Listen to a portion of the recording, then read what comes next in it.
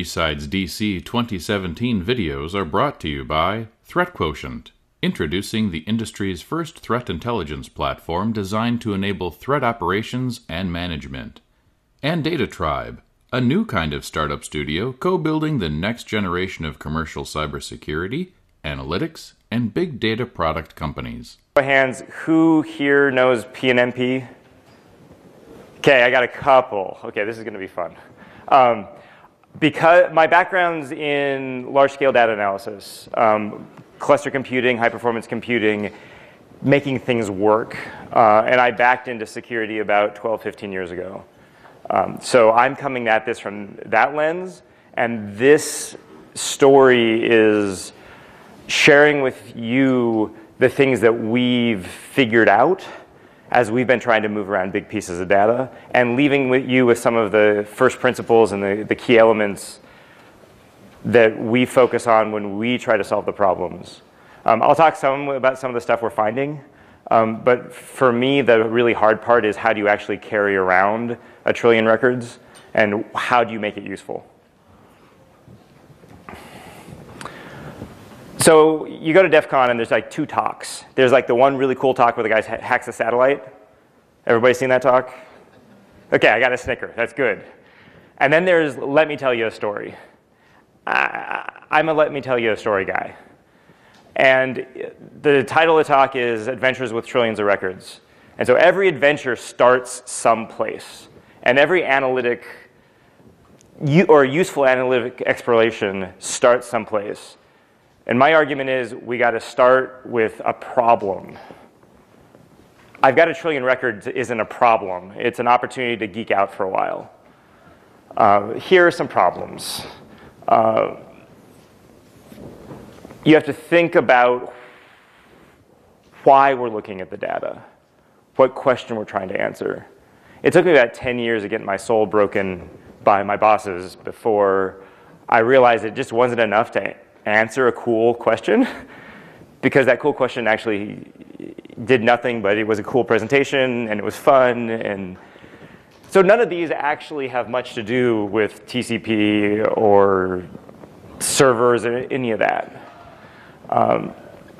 A buddy of mine is out in Seattle, and he keeps talking about presuming you're going to get hacked. You know, everybody gets scanned every day, Cat 5 hurricanes. Which are the attacks you should worry about? Which are the ones that are actually getting close to the stuff that is core to your business?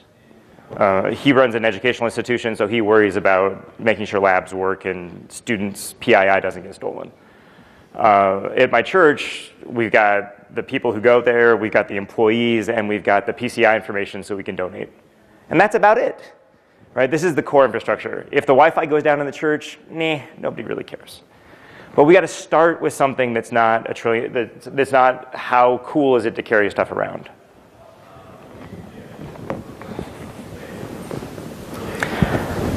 And then we start talking about the data that we apply to it. The groups that we work in, we not only look at large amounts of data, but we look at many different types of data. My AI professor pointed out that bias is good.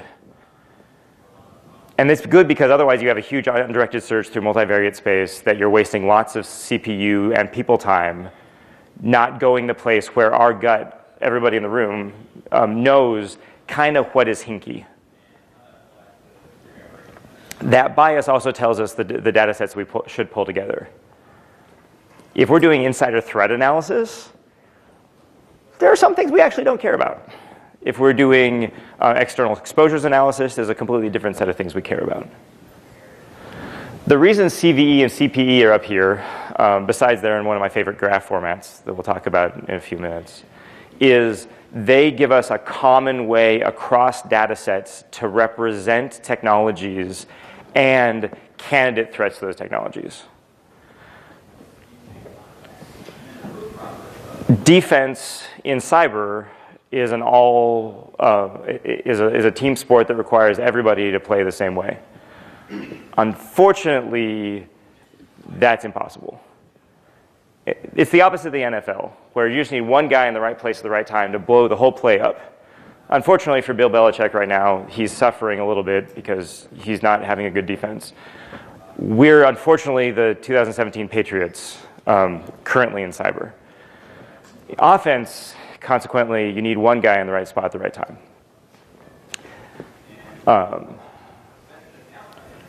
And so what we end up doing is not saying, this is the attack that's going to get you, but saying, this is the coalescing or the gathering of the energy that represents the highest amount of threat. Security is a risk-reward trade-off. Anybody else here run into the problem of don't turn off the boss? Nobody? Okay, cool. Again, apologies for being a revivalist preacher. This is a problem where you see this mobile device coming in to check webmail. It's on 3 p.m. on a Friday. You turn it off. It's awesome. And about 10 minutes later, you get a phone call because the boss was on the golf course, and he was checking whatever his important email was as he was getting ready to do a deal with the guy he was on the 6th hole with. And all of a sudden, you stop the deal. And now instead of being a hero, you are actually just going to get kicked in the teeth, right? And that calculation of where's the risk-reward continuum is exactly what plays into using the CVEs, for as good and bad as they are, as a representation of available technological risk and mapping that back to resumes and technical indicators that you've got about your organization. There's no sense in hunting, trying to patch things that don't exist in your world. There's only sense in trying to patch the vulnerable technologies that you actually have running and are actually externally visible. Okay, so now that we've got an adventure to go on, we've set a couple questions, we've got a set of data to pull together, we can just search for something and we'll be done, right? This will be good. It doesn't work that way. And the reason it doesn't work that way is every data set is different, just like a special snowflake. When you get a data set, you actually have to measure it. You have to understand what the diurnal patterns are in it, if there are any. You have to understand what the weekday, weekend, you have to understand which holidays you're keeping. You have to understand kind of just how big is it on an hourly basis. All of these things together inform the bias that we talked about 2 slides ago. You need to make sure the biases you've got in your head are the same as the biases present in the data sets. I was chatting with a team that I'm friends with, and they had just turned on DNS monitoring, and they were getting all of these DNS tunneling alerts off of this appliance that they plugged in. And they were all getting ready and getting excited because it had critical vulnerabilities and big piles, 30,000 over about 4 days. And so they actually bothered to talk to the guy who helped them plug it in. He's like, oh yeah, that's because of the way that you've got your redirection set up in your network. They didn't look at the alerts before they started to get ready to call the cops on them. They didn't perform sense making on their data sets. We also call this exploratory data analysis. This is one case where it is completely okay to ask wacky questions. You want to know the foibles about your data. How tall is it? What is its 40 time? All of that craziness, because then you know what are the questions you can actually ask of it. And if you don't go through that stage, at best you're getting lucky, and at worst you're reporting on benign signal and you're wasting people's time.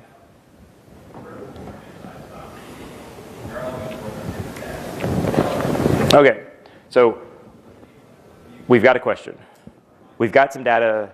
We're getting ready to sense make it. But we need to use the right tools both for the sense making and for the answering of that question we said at the beginning. And these tools are different. And the tools depend on the size of your data. Anybody here good on sparse matrices? Cool. Okay. The reason this matters is 6 degrees of separation is very real. There's this thing called Zipf's law. It's present in almost every element of natural behavior. The vast majority of human activities, or actually cell pairs in strain of bacteria, et cetera, are dominantly the same. And the long tail is where you get a lot of very useful information, or Shannon's entropy. Okay, so why does this matter? This matters because joining the data sets, as you bring the right data sets together to answer your question, becomes a computationally difficult problem. Dense graphs, ones that are not Zipfian, negative power law, are a well-filled in matrix. They are well represented by ones and zeros just in a table. Sparse graphs, which are called small world graphs or negative power law graphs, are what we find in LinkedIn, on your network, the way that your clients and servers interact with each other, the way that my clients and servers interact with each other, the way that you interact with the internet. The Alexa 1 million is interesting because after you get out of the top few, then you're getting into really weird behaviors that are highly discriminating. Technically, the way to do that merger is not through SQL, because SQL is built to do financial analysis. So the key tool that we all use started as a mainframe program so that actuarials and accountants could add up sums and do arithmetic. There's no bearing in those numbers and the underlying patterns in them to the underlying mathematics and organization of human behavior. So the fundamental computation that SQL is optimized for actually slows down the exploration process. Because everybody here has tried to do a left join and then pound your head on the table. Like, it just doesn't work. And above about 3 joins, you're looking at an NP-hard problem. Matching across multiple data sets without a primary key is a pattern match. When we transform this into a graph world, that becomes NP-hard. It's called a subgraph isomorphism. Well, the way you cheat on that is that you keep everything in memory.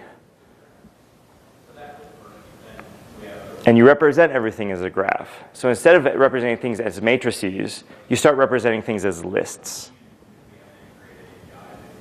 And you can iterate through ordered lists in constant time. And you can find the joins and start walking it through. Being in memory is 100 times faster than being on disk. This explains the difference between Spark and Hadoop as computing platforms.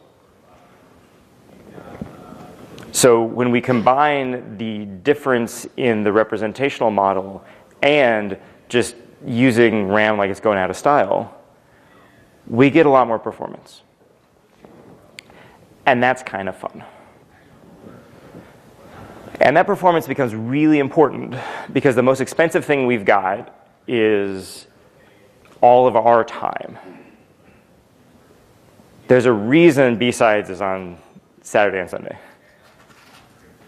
It's because we couldn't come otherwise, right? I was in 2 cities this week, and my wife still doesn't like me. We travel too much. We work too much. We're using our spare free time to do this because our time is too expensive. So we shouldn't use platforms to do this exploration that are not designed to be most efficient of our time. A few of the design principles we've learned is that the time to prototype an idea is that clock time is the most important thing. Because if you only got 20 or 30 minutes to analyze a problem, that's the amount of time you have to discover something, to learn something, to identify something that you say, hey, that's kind of cool. I should give this to my other analyst who's got another 30 minutes so I can keep the ball rolling. And so you can make technical choices in engine type and in data representation that make putting in new data sets really easy. In any database, we've got a trade-off between density and flexibility. You can hand write C++ representations to represent something like NetFlow. And if you work at it kind of hard and you're a little smart about it, you can get it down to about 24 bytes. That's awesome. But it can only take NetFlow. And if you want to merge it against a different data set, it's going to take 3 to 10 days of a really good programmer writing a completely new data structure and looking at the merge. If you're willing to sacrifice and look at 500 to 700 bytes a NetFlow record, you can put it into an XML-like format that gets you a lot of flexibility, that makes the merges easier. And the reason we want to make the merges easier is bias is good, because bias tells us which data sets we should put together, and how we should down project the data from multiple dimensions into 2. And this forms what's called a joint distribution, where you've got one data set or one feature on this side, one feature coming up this way, and an XY plot of all of the data in these 2 dimensions. And if you choose your dimensions well, you end up with this really cool thing happens that makes you feel really dumb, is that you've got these outliers here that you say, what the heck is that? And then you start this exploration process over again on that cluster. And the speed of putting data together so you can ask that question, get that representation, and start that cycle again is what we call a time to second solution. So I've done it once. Let's do it again. Hey, I had this cool idea. Can I do it over again? And then the key metric is how easy is it for us to spin up more people? I don't know about where you guys work, but where we work, we never have enough people. Yeah, right? And they said, oh, well, just make more of you. I'm like, okay, no, nobody wants more of me, right? And B, if you take the crucible that got me here, you can never recreate it. I started in 97, 98. The world's a lot different in the last 20 years. The speeds are different. Now these things called cell phones actually do a lot more than that does. All we can do is get smart people and put them into an environment where they can go through some of the growth process we did, hopefully with less side trips that were unproductive. There's millipede development and grasshopper development. And I'm going to make a martial arts reference here in a second, but it has nothing to do with grasshoppers. Grasshopper development is, hey, guys, we've got $40 million. We're going to do this great thing. We're going to be so awesome at cyber in like 3 years. Yeah. Okay. So you take this big leap, and you jump off the stage, and you got Superman legs, and my son's so proud of me, and I misjudged, and I hit that exit sign over there. I didn't go through the door, right? Kind of got a bloody nose. I wasted my superpower, didn't catch any bad guys. Or I can walk off the stage. The agile cycle doesn't just feel good, and Scrum Mastery isn't just a thing we put on our resumes. It is actually a better way of doing analysis in this experimental world. When you can actually ask questions and get answers back in seconds to minutes, you can mature your way of thinking and accelerate that process of growing people by forcing them to make decisions. Okay, so I'm going to ask another question. Anybody here got an MBA? Wow. Okay, so my wife does. She's super cool. Makes me look like I am really flighty. And what she taught me going through her MBA, besides the fact that it's a 40-hour-a-week job on top of your 40-hour-a-week job, is it's 100 business use cases. It's 100 small decisions. It's 100 examples of choose something now. And what they're trying to do through the use case model is the same thing we actually all do, which is here's a problem, try to solve it, know you're wrong. Driving bias into people. There's some MBA programs that you stop and you do them for a year and a half. And that's all you do, and that's fine. There's some programs that you do it over 17 or 18 months, and you do it evenings, weekends. It's about the compression of decision-making cycles to force you to learn, to force you to accurately sample the underlying feature space, which is good and bad decisions in business. We've got exactly the same problem. How do we get new people on the team? How do we make them productive members of society? And the trade-off for us is we cheat 2 ways. Yeah, exactly. No, that's a good snicker. We cheat because we give them languages that are very easy for them to use. Because that's what we want. We want them to be interacting with the data and accelerating that growth process. So we give them things that are either SQL or look very much like SQL. So you're going to say, hey, Eric, you just told me SQL is bad because it's got underlying table representations that are really dense and aren't appropriate to Cyber. Yeah, that's because there's a SQL for graphs, and it's called Sparkle. It's an open standard. It came out in 2001. I don't know if the rest of you noticed, we're still not in the semantic web nirvana that we were promised. But Sparkle is like the one thing that hung out after that. Sparkle processes RDF and does pattern matching natively. Cool. Well, CVE and CPE already come in RDF. DBpedia already comes in RDF. So you can kind of get all of DBpedia either through a web API, because there's this thing called a RESTful Sparkle endpoint that you can give Sparkle to and it gives you an answer back, which means that you can use itty-bitty Sparkle or RDF engines or really big ones, depending on how much data you have because you did your sense making. So now you have a way for your analysts to do native merges of their data sets using a language like SQL. Because it is RESTful, we can embed it in Jupyter Notebooks.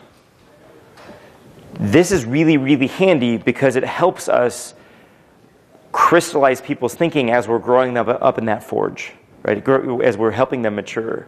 Because by giving somebody a Jupyter Notebook with an analytic workflow of how do you actually evaluate this type of IDS alert, well, you drop it in here, you get some not really attractive but highly information-dense tables back. You look at it, you find the breakpoint, you put it in, you keep running. You ensure that the only thing they screw up is making the important decision.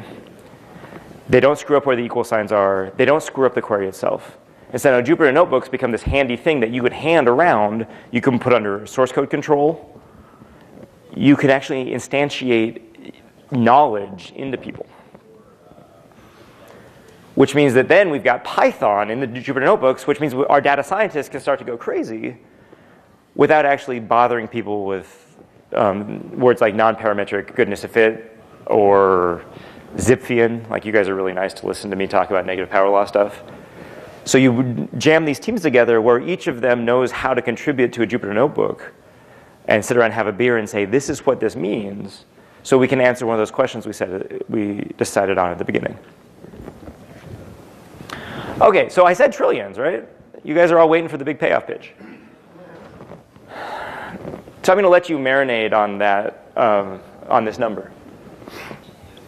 I've got a friend who's got a network who's got about 250,000 things on it, who put the stuff, who rebuilt their layer 3 so that they could get full east, west, north, south net flow.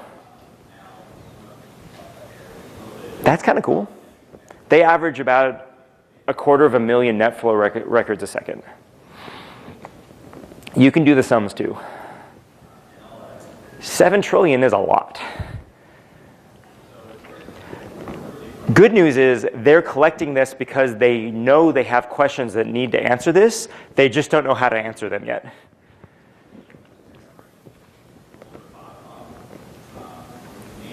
And that's a scale that makes me a little nervous.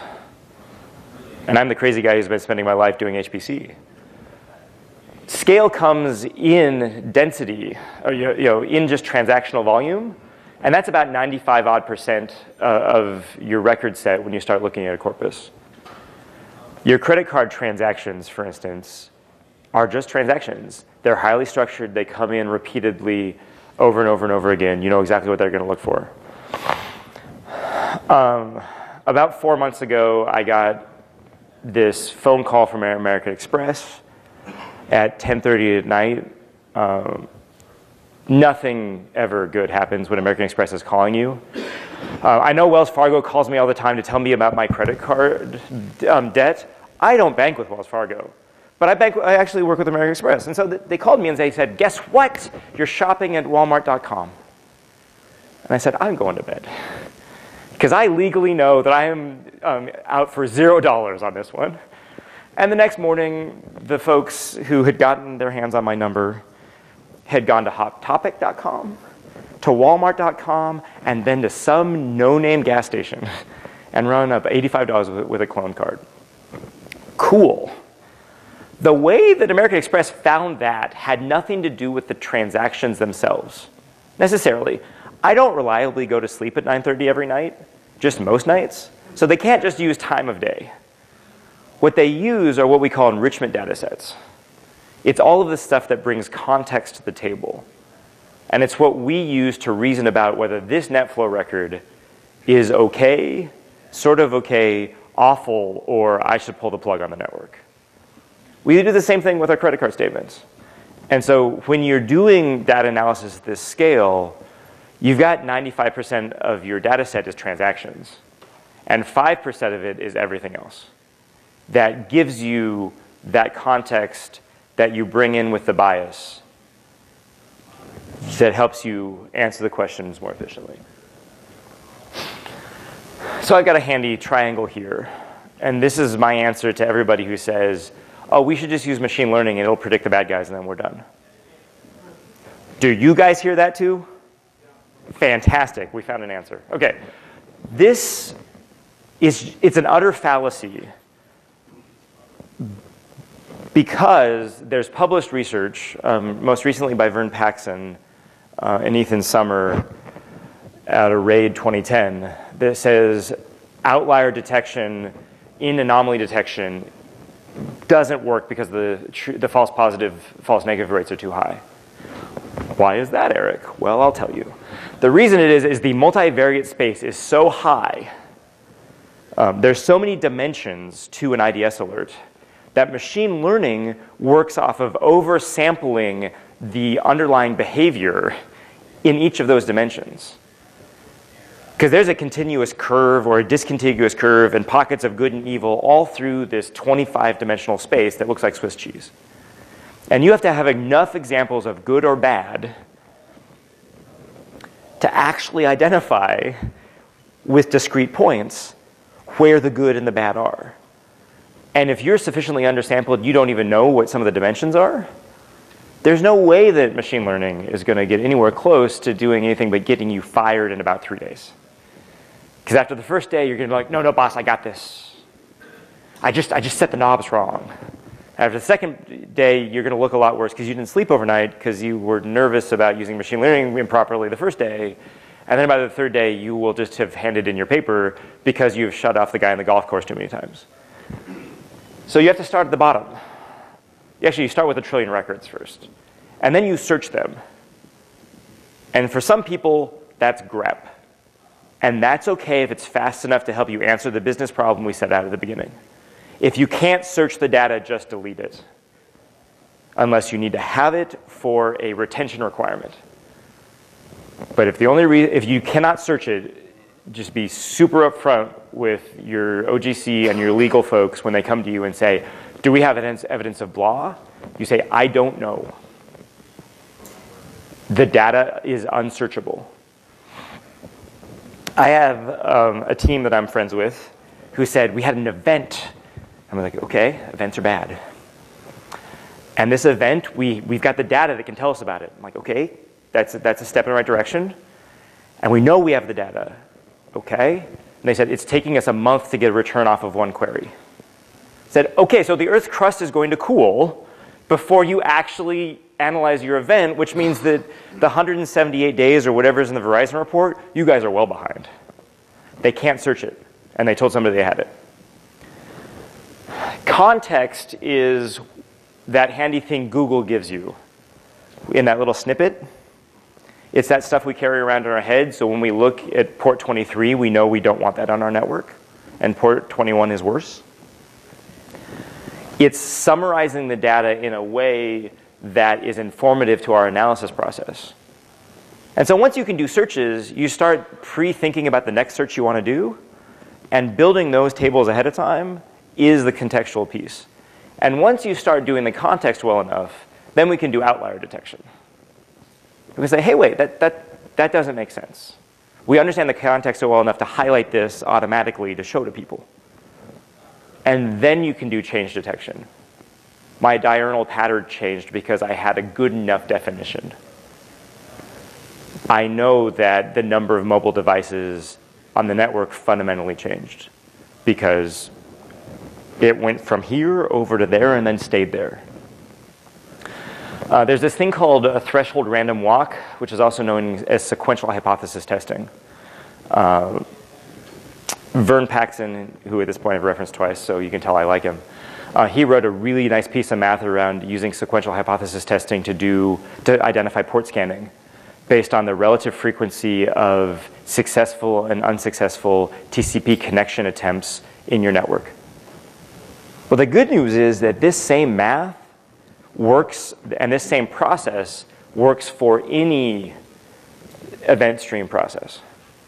And as soon as you can put good evil bounds around how frequently should this behavior be happening, and if it's not happening at that frequency,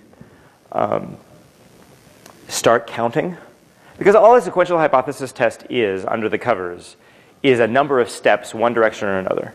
If you make the number of expected steps you should have about 4 or 5 in one direction, hey, I'm benign. This is expected behavior. Cool. Well, being paranoid, cynical grown-ups that we are, that just means we start running the test again.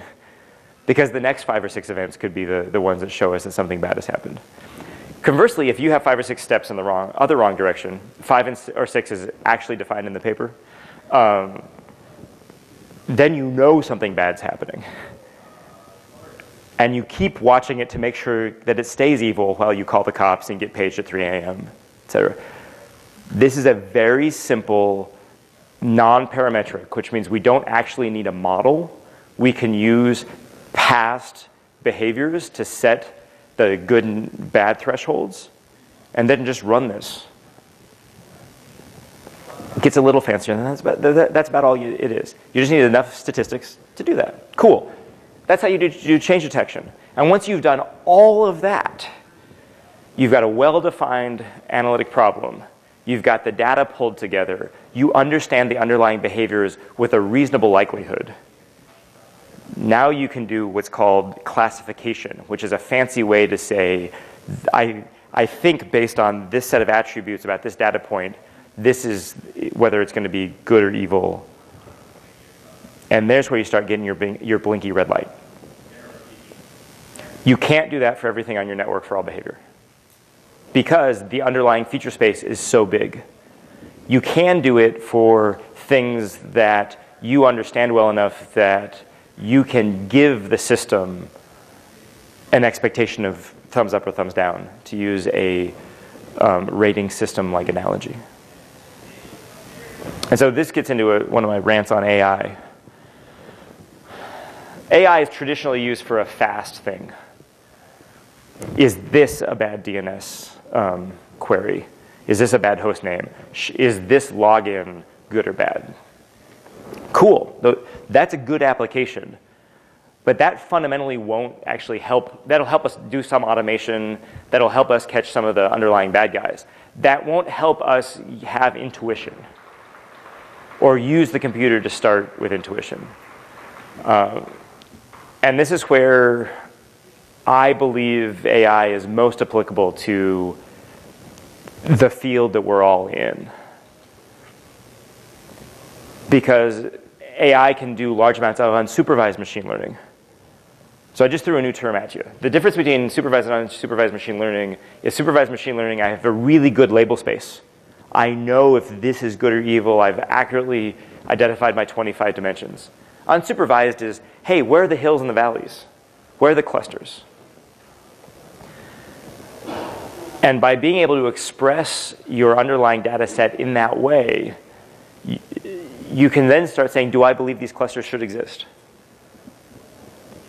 Watson playing Jeopardy is an example of what I call slow speed AI. It's asking questions. Now, it was trained to ask questions, and I had a whole bunch of data. But here's where we can use large amounts of machine learning and large piles of data, at the trillions level, to say, did I have new connections show up? Did I have a new port bubble up? Is there a change in the underlying bias that I can highlight? So in those 2 hours Friday afternoon, while I'm, depending on your organization, having a beer or thinking about having a beer, and you've decided that your to-do list is done enough for the week, and you actually unclench your brain, and you start having these really cool ideas that, for me, depress me, because I'm going to mostly forget them by Monday, or I know that we won't have time to do them. But in that time, we should be looking at the weather on our network and how it's just fundamentally changing. I'm a big hurricane nerd. I'm also a snowstorm nerd. So the NOAA's National Hurricane Center website is the coolest thing ever. We should have the same thing for our networks. One of the dominant questions I get asked is, how many connections do I have? How many physical connections do I have leaving my network? And I'm like, you don't know? Is anybody here willing to state with certainty they know how many they got? Right, nobody puts their hand up because it's your network and you still don't know. I've got one client with 47. They're global. The only thing they know is they don't have coverage on them. That's a problem. How do those look? How are they changing? Being able to understand the underlying behaviors so that you know what a bump in the night sounds like, that's what we should be using things like prediction for. Not saying this DNS thing is more likely to bite me in the tush in about 3 days. Okay. I gave you some bullet points to think about. It mostly comes down to really good fundamentals. I don't know if you've tried to SCP a terabyte of data around. Right, okay, exactly. It's easier to fly a pimply-faced youth, for all of you who read the register a long time ago, put them on a plane, send them down with a hard drive, get them to bring it back. Yeah, we actually do that because it's easier. Why? Because data's heavy. It's better off to make fundamentally good decisions once or twice about where you put it and the tools you put over it, using some of my considerations on the last slide, than saying, okay, well, the first thing we're going to do is we're going to build an awesome data lake, and it's going to have all these channels, and it's going to be like the Netherlands, and it's got this great technology, and we're set. Maybe. If you've got farmers like the Netherlands, make sure you're using the right representation for the staff so that your team can ask the questions. Because otherwise, we're back down below search. We've got data that we're paying EC2 money for, or any other cloud service for, that you don't know what to do with, and you physically can't do anything with. Remember what the question is that you're asking. I am guilty of nerding, in case you guys haven't figured that out by now. This means I think that things in data are really, really cool. You guys do too. Otherwise, you wouldn't be spending your Saturday walking around here listening to mostly interesting people talk, right? We all want to go down rabbit holes. That doesn't answer the underlying security questions. We use a lot of partial summarization called question-focused data sets, primarily to pre-summarize the data and use bulk compute for what it's really good at. Turn lots of those transactions into something slightly smaller that's easier to handle. You're like, okay, that's pretty cool.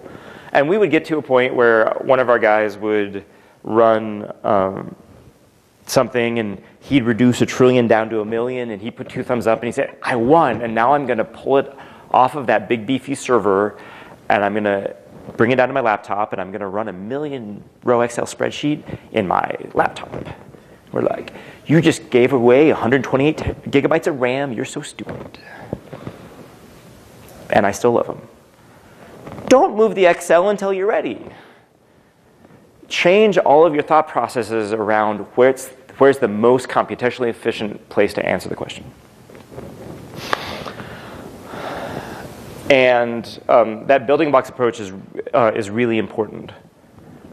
It's really easy to pull together a bunch of data, to bring it, to make it into a pile, to make a sandcastle, to win the sandcastle competition, and then the tide comes in, and then you got to build another one.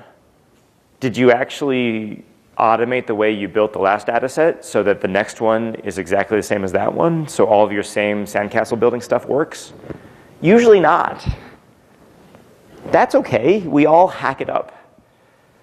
Try to force as much rigor on yourself as you can when you're building your subsets of your data to get the benefit of learning from the first time. And then plan for asking the next question. Because as soon as a prediction thing happens, you're going to start searching immediately. Because now you've got a new thing to ask questions about. The reason I've got this brace down here on context and search is that's about where 90% of your questions get asked. They're small questions. They're generally not big computationally complex questions. They may take a long time to answer because of the scale of data and the nature of the engine you put them in, but you're going to ask lots of them. You don't ask very many big prediction questions, but that's where you spend most of your computational time. Don't expect that flops put in is directly equivalent or sometimes at all proportional to the analytic value you get out.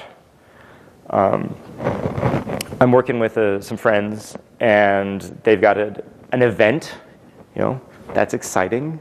And we were given about 85,000 IP addresses, and they said, what can you tell us about these? And we said, well, we could actively scan them if we can get permission and OGC and legal.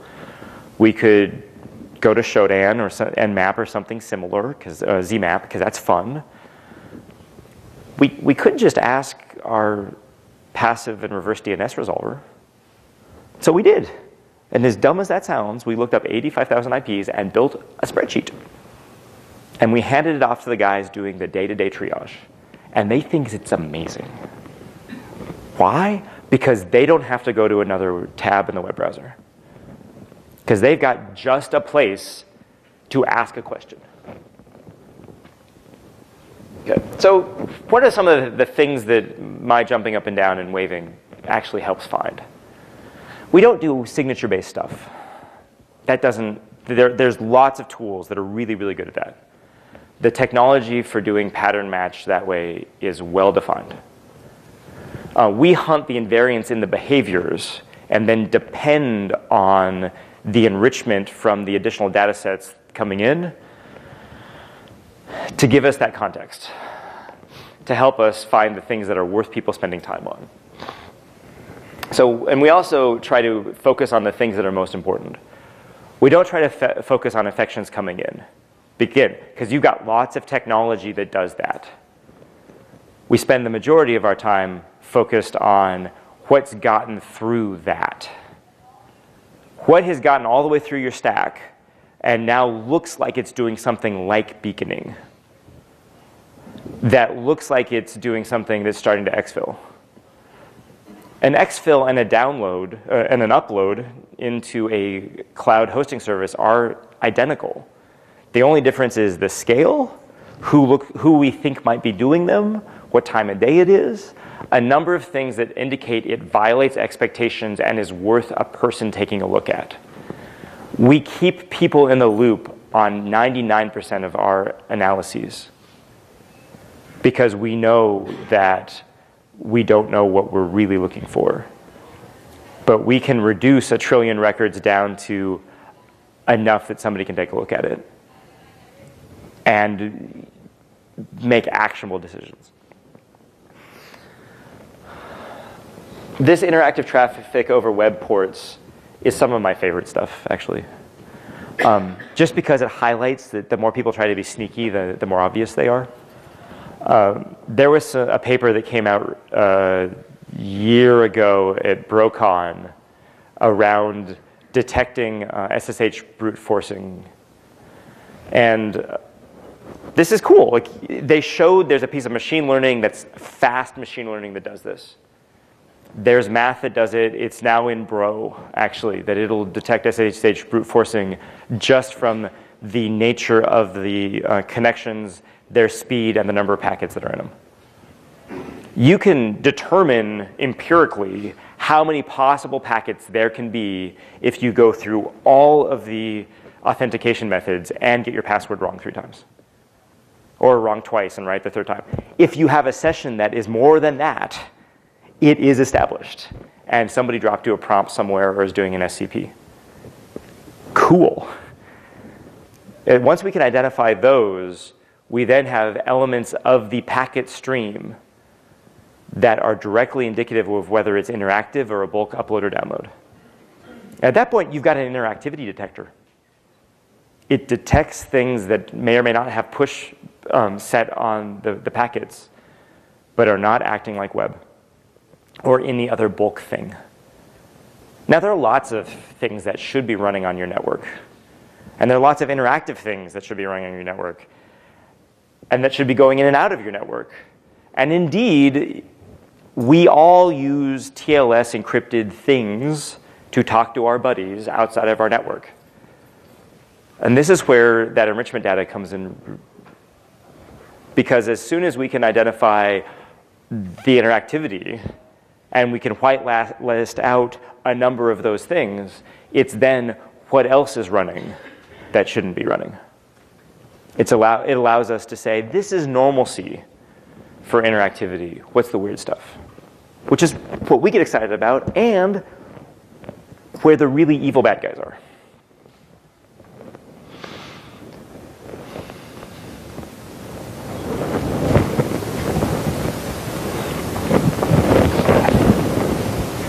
So what? We've still got a data merge problem. The hardest thing we've got is not a math problem. I mean, you and I can have a chat over a beer, and I can give you the 3 references that give you all of the math that you could possibly want to go implement. You've got a visibility problem. I know I've got one set of buddies who have good coverage and good visibility. I know a whole bunch who don't even have the metadata to be able to answer the question of what happened. These techniques are ones similar that I used on a bunch of incomplete ACLs several years ago. Something happened, somebody gave us a call and said, here are 1,600 ACLs, what can you find? And we found lots of interesting things doing exploration. We found that the sysadmin was a high roller in Vegas, actually, which was kind of concerning considering the amount he was getting paid. And we found that because the website he was using to book his hotels used open source clear text passwords, and we saw them in the post. That was kind of exciting. And then we found other evidence of beaconing that weren't supposed to be there. We did it on 1,600 ACLs, nowhere near a complete set. And this is where I try to leave you with a moment of restorative hope. I just talked to you about a bunch of theory.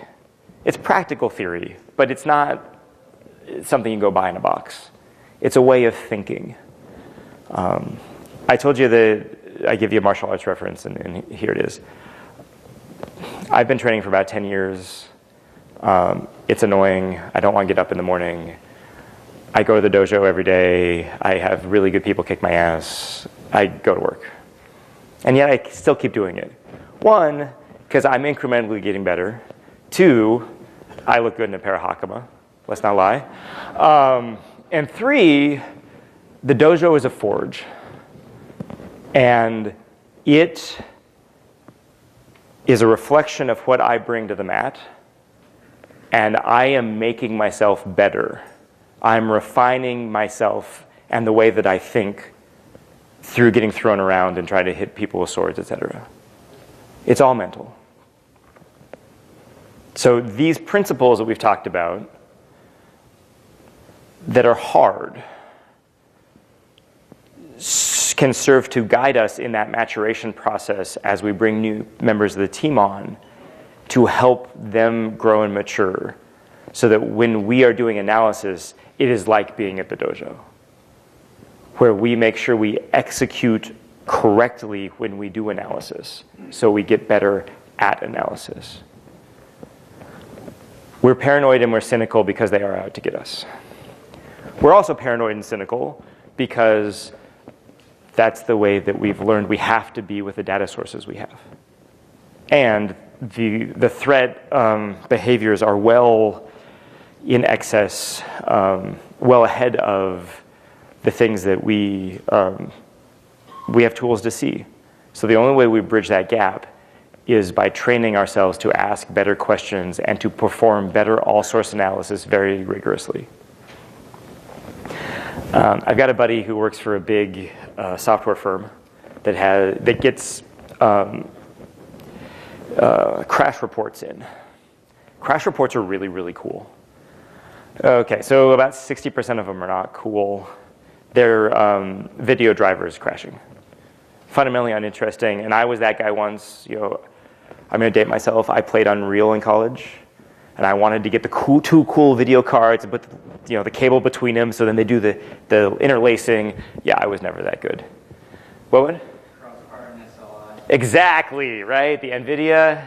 Okay, yeah, I'm old. But the point of this is, fuck.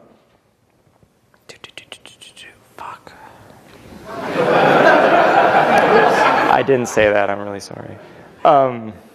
Forge, learning better, whatever. We'll come back to it. I remember it. Oh yeah, and the other two things, plan for operationalizing what you find. If you find something really cool, it doesn't matter unless you can actually change behavior on the network.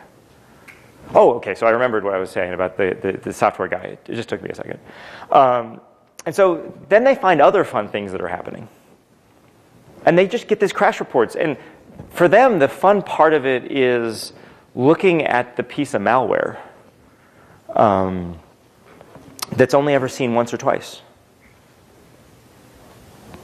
I'll let you hypothesize why that might be the case. And so the guy was telling a story, much like I am now. He had much better graphics. I only had one. And he's saying, okay. And we kept our eyes on the open source research. And we saw about 6 months before the open source research was getting close to finding this particular 0-day, it was used to hack a large organization for significant impact. Before that, it was used 3 years earlier once, the entire way around the world. They used the crash report to say, hey, this happened once. And then they were able to do some fancy attribution. Why did I bother you by telling this story? Well, it's kind of cool, right? It's fun to tell stories about catching bad guys. Also, every piece of data we need to think about with that analytic mindset, that frame of mind. Be it trying to figure out if my 10-year-old is sneaking Minecraft again. Turns out we've got to hide the PS3 regularly. By regularly, I mean every 2 days. Or you've got 1 trillion net float records.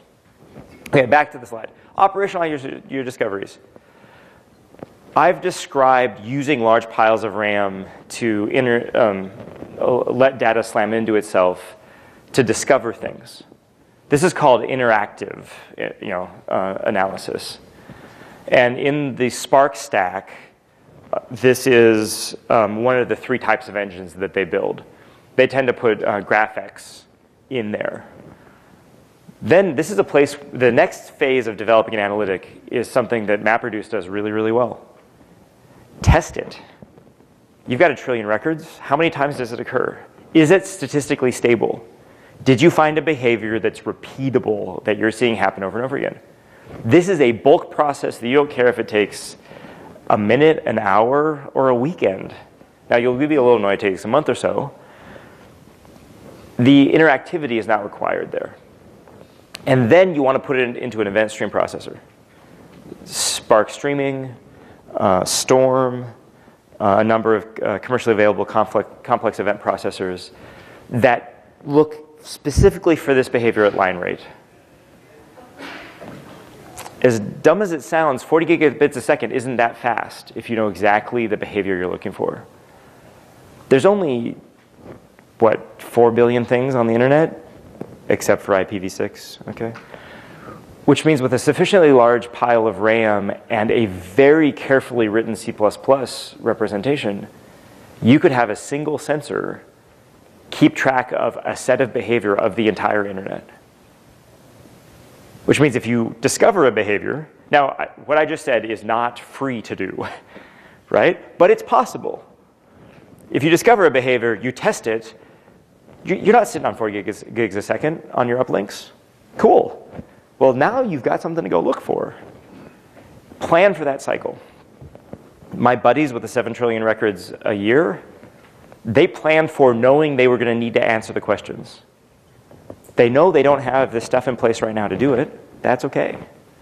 They've got the data that supports search, that's letting them handle their bottom set of analytic problems so that the quick wins are happening, so that the decision makers realize that this story that we've been telling actually comes in 3 acts, and it's going to be a great blockbuster, and I'm going to cast the right people in it, and all those nice things.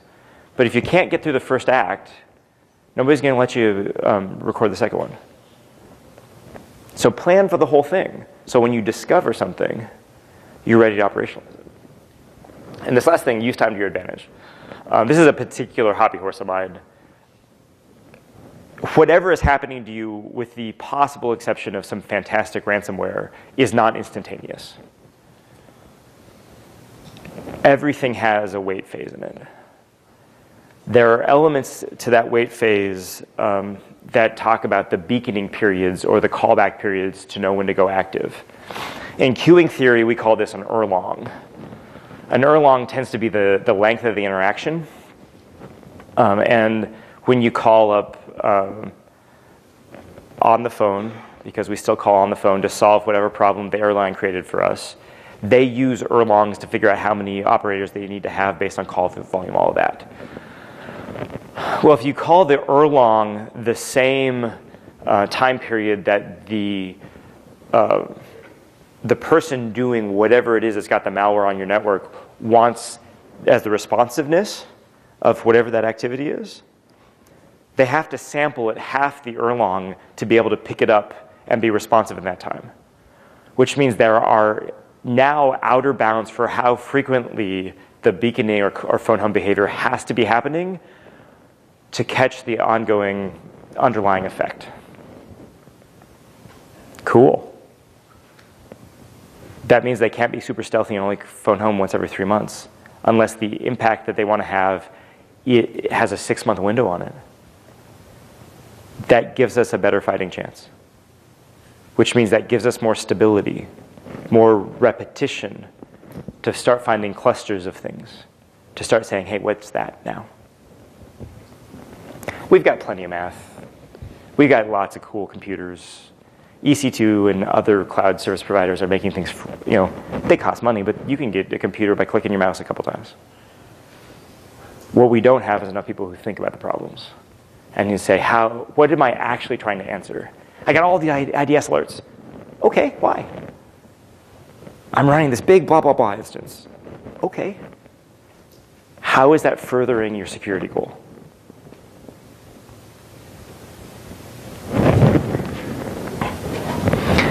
If you want to get a hold of me, I'm local. Feel free to email or call.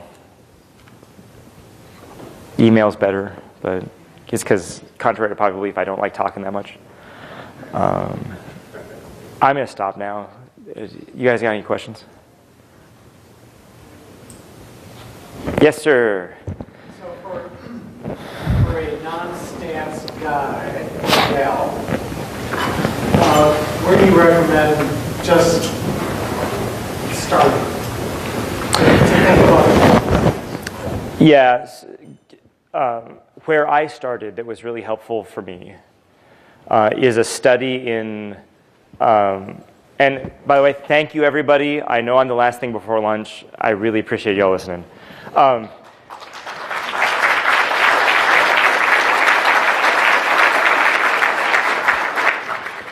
So I started by studying what small sample size statistics was, and a really smart statistician told me it's about 13 to 15 elements in a data set. I studied the difference between, I studied something called bootstrapping. Bootstrapping is a way to take a small sample size data set and kind of estimate it larger so you can do more things with it when you don't have more than 15. I actually looked at numeric recipes in C because there are cogent explanations of things like chi-square similarity coefficients there. And then I read a bunch of Vern Paxton's papers.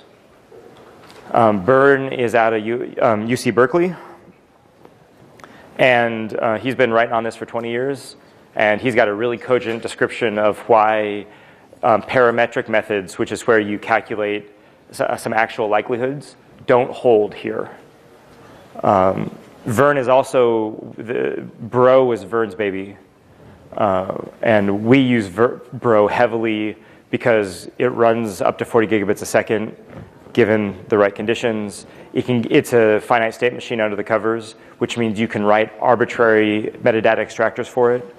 It will give you paired level 5 netflow-like stuff natively, as well as, because it's a finite state machine, it does a lot of kind of really fancy behavioral analytic stuff and gives you great signal for doing these sorts of analyses. And if you want to, give me a call. I love just getting together and talking about nerdy math. More questions? Yes, sir. So, like, according to this model, you're saying that it doesn't make sense to use tools like Spark ML to do machine learning at scale? No. What I'm saying is that use machine learning know the question you're asking before you start running it. So there's this thing called a Turing machine, which is this intellectual construct which says that this problem will eventually halt. I like to take it and say that there are analytic Turing machines, which is that there are analytic engines that possess sufficient mathematic operators or arithmetic operators, for all of my real crazy math homies in the crowd, that say that you can compute any piece of math that you need to using the operators present in the engine. Spark is one of those. MathML is a great place to start. I would encourage you to look at some of the DEF CON forensic puzzles as a place to get good data that has known badness in it so that you're doing machine learning over something interesting. Additionally, there's another interesting thing to think about. User agents are very descriptive. My iPhone, on average, and this was a few years ago, lets out 13 user agents on average over an hour. My MacBook does about 6 or 7. The reason that my iPhone is so many more is that every one of the apps has its own user agent. Now, using the apps themselves to do operating system prediction, that's an interesting ML problem. Now, you might say, I know how to do it. Okay. I beat on it for 6 days in an environment where we had 1,300 devices on the network and 4,000 devices in the DHCP pool. That's an analytic problem. So I love Spark. We use it extensively. My perspective is know the question you're asking before you just start jumping into ML. More questions? Okay, there's one other thing I have to say. Do not file your taxes based on what I just said. Okay. Seriously, thank you very much. I've had a great time.